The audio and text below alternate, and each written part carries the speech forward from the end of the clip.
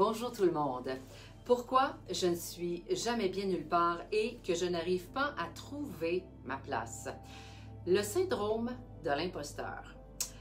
Tu ressens en permanence la peur de l'échec, tu doutes en toutes choses, tu te compares toujours aux autres.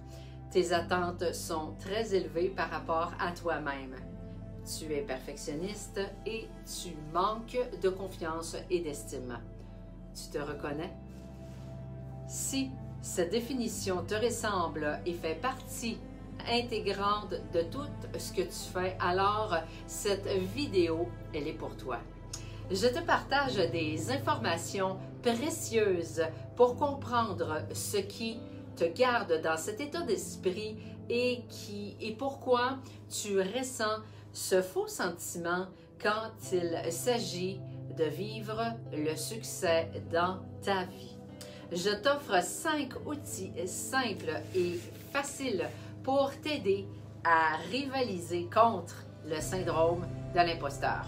Je m'appelle Tania Gilbert. Je suis provocateur de changement, coach en connaissance de soi, infirmière clinicienne spécialisée en santé mentale, officier retraité des Forces armées canadiennes. La définition du syndrome de l'imposteur. C'est une condition d'être en permanence anxieux, de ne jamais être satisfait et de vivre le succès intérieurement malgré que la personne aille démontrer qu'elle est compétente de façon objective et externe à elle-même. Les causes possibles de cette origine, il y a la gestion des attentes souvent parentales de réussite professionnelle ou sociale, parfois trop faible ou parfois trop élevée, serait une des causes fréquentes. Des exemples de faux discours. Ah, les autres me pensent à la hauteur. Moi, je sais que je ne le suis pas. Si j'ai eu la promotion ou le poste, c'est que j'étais là au bon moment. J'ai été chanceux. Je n'avais pas de compétition. Et les conséquences négatives de ce sentiment-là, de ne pas mériter de ce qui vous revient. Fait vivre à la personne le doute, le manque d'estime de soi, de l'autodépréciation. Ça entraîne de façon permanente une anxiété face aux capacités de pouvoir réussir. La peur, la honte et la culpabilité de ne pas être capable de s'acquérir de son propre succès.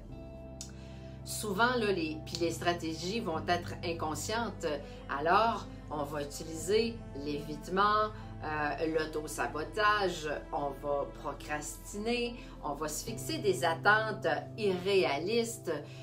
La liste pourrait être encore bien longue, mais je pense là, que c'est suffisant pour vous reconnaître si jamais vous êtes dans cet état-là ou que c'est votre cas.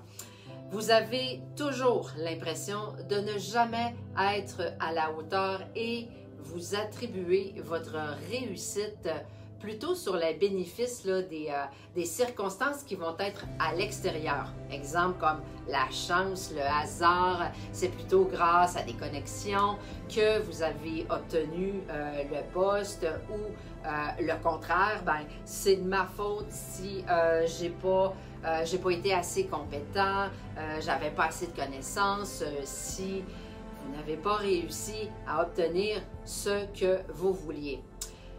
Sur quoi représentent les principes défaillants qui vont mener toujours à se sentir jamais à la hauteur.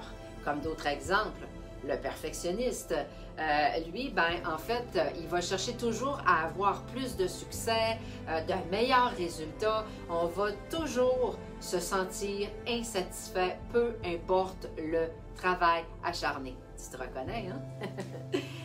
Il y a aussi la superwoman, le superhomme, ils vont en prendre sans jamais dire non, faire des heures supplémentaires pour obtenir de la gratitude de la part de leurs collègues. Ils veulent prouver qu'ils peuvent tout gérer.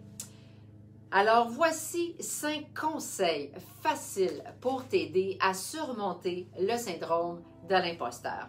Tout d'abord, éviter de se comparer aux autres. Se rappeler que tout le monde fait des erreurs. Demander des commentaires constructifs et des affirmations positives. Éviter de surcharger votre horaire de travail et se concentrer sur les solutions plutôt que sur les problèmes. Pour terminer, le syndrome de l'imposteur, c'est le sentiment de ne pas être à la hauteur, comme on l'a partagé depuis tantôt, et de ne pas mériter son succès. Et ça peut causer de l'anxiété et de l'insécurité. C'est pourquoi il est important de se rappeler ce sentiment qui est commun et qu'il est possible de surmonter ces pensées négatives. Parce que l'estime de soi égale la confiance en soi égale la réussite et le succès. Tu as aimé le contenu? Alors je t'invite à cliquer j'aime ou tout simplement me partager un commentaire. Il me fera un immense plaisir de pouvoir répondre à vos questions. Tu penses que ça pourrait intéresser quelqu'un que tu connais? Je t'invite à partager le lien de la vidéo. Ça t'intéresse d'en découvrir encore plus? Tant mieux! Tu peux venir te joindre à ma communauté Facebook ou pour ne rien manquer de mes publications. Et tu peux également t'abonner à ma chaîne YouTube. Tu voudrais découvrir un autre sujet intéressant qui touche plus de 200 000 Québécois chaque année. Tu n'as qu'à télécharger maintenant mon e-book d'informations gratuit sur la luminothérapie. Alors voilà, merci d'avoir été là. Au plaisir de se revoir dans une prochaine vidéo. Bye!